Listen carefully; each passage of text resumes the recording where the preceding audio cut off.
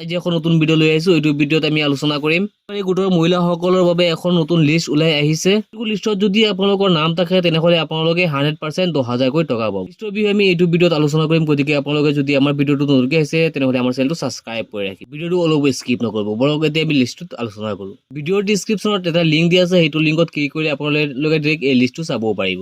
এই লিষ্টত আপোনালোকে পাব সিৰিয়েল নাম্বাৰটো পাব। তাৰপিছত আপোনালোকে মেম্বাৰ আইডি যিটো নাম্বাৰ আছে মেম্বাৰসকলৰ সেই নাম্বাৰ আইডিটো পাই যাব। তাৰপিছত আপোনালোকে পাব মেম্বাৰ NRLM কোড যিটো আছে সেই কোডটো আপোনালোকে পাব। মেম্বাৰৰ নামটো আপোনালোকে পাব।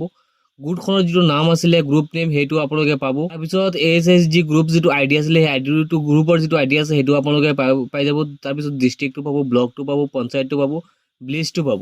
এনেকৈ আপোনালোকে বহুতকেইটা ডিটেইলছ আপোনালোকে ইয়াত পাই যাব। একেবাৰে শেষত আপোনালোকে এনুৱেল ইনকাম যিটো দিছিলে এইটো আপোনালোকে কিমান টকা দিছিলে সেইটো আপোনালোকে ইয়াত পাই যাব। এইটো লিষ্টত আপোনালোকে স্ক্ৰল ডাউন কৰি তললৈ আহি আপোনাৰ নামটো বিচাৰিব, কিবাটো আপোনাৰ আইডি নাম্বাৰটো বিচাৰি উলিয়াব। আপোনাৰ নামটো ইয়াত আছে নে নাই, কিবাটো আপোনাৰ যিটো গোট আছে সেই গোটৰ নামটো আপোনাৰ ইয়াত আছে নে নাই আপুনি বিচাৰি উলিয়াব পাৰিব। যদি ইয়াত নাপায় তলত কিবাটো ওপৰত আপোনালোকে পাই যাব ছিট 1, ছিট 2 এনেকৈ আপোনালোকে পাই যাব। ছিট 1ত অকে কৰিব। যদি লিষ্টটোত নাহে তেনেহ'লে আপোনাৰ নেক্সটত ছিট 2 যি অপশ্যন আছে তাত আপোনালোকে অকে কৰিব আৰু নামকেইটা ওলাই আহিব। এনেকৈ আপোনালোকে অতি ধুনীয়াকৈ নামকেইটা বিচাৰি উলিয়াব পাৰিব।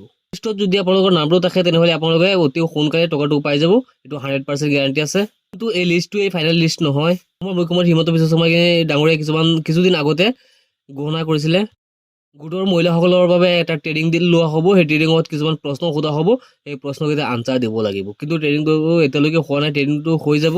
ট্ৰেইনিংটোত কিন্তু হাৰ্ড প্ৰশ্ন নোসোধে, একেবাৰে সহজ প্ৰশ্ন সুধিব। আপোনাৰ সন্তান কেইজন আছে এইটো সুধিব আৰু সুধিব লগতে আপুনি পইচা লৈ কি কৰিব সেইটো আপোনালোক সুধিব। একেবাৰে সহজ প্ৰশ্ন কেইটামান সুধিব। তাৰপিছত আকৌ এটা ফৰ্ম দিব। সেই ফৰ্মটো আপোনালোকে ফিল আপ কৰি জমা দিব লাগিব। সেইটো আপোনালোকে অনলাইন কিবাটো অফলাইনত কৰিব পাৰিব। সেইটো কেনেকৈ কৰিব ইয়াৰ প্ৰচেছটো আহিলে আমি দেখুৱাই দিম। আৰু আজি যিটো লিষ্ট আপোনালোকক দেখুৱালোঁ এইটো কেৱল যোৰহাট ডিষ্ট্ৰিক্টৰ বাবে লিষ্টটো প্ৰকাশ কৰিছে, কিন্তু অসমৰ প্ৰত্যেক ডিষ্ট্ৰিক্টৰ লিষ্টটো এতিয়ালৈকে প্ৰকাশ হোৱা নাই।